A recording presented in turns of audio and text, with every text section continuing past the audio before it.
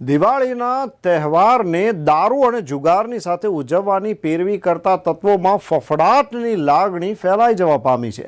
આગામી સમયમાં દિવાળીના તહેવાર આવી રહ્યા છે, ત્યારે સુરેન્દ્રનગર જિલ્લામાં શાંતિ સલામતી જળવાઈ રહે, સાથે અમુક તત્વો દારૂ પી જુગાર રમી તહેવાર મનાવતા હોય છે.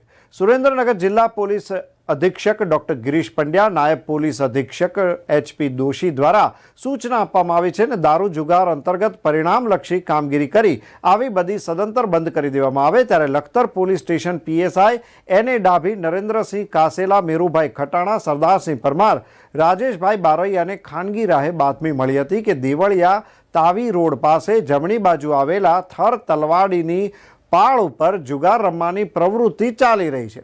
પોલીસે રેડ કરતા જુગાર રમતા કુલદીપસિંહ રાણા, હારૂનભાઈ ડોસાણી, દિલીપભાઈ દેગામણિયા, છનાભાઈ રોજાસરાને રોકડા ₹1, મોબાઈલ, 2 મોટરસાયકલ સહિત ₹80,130 સાથે ઝડપી લીધા હતા.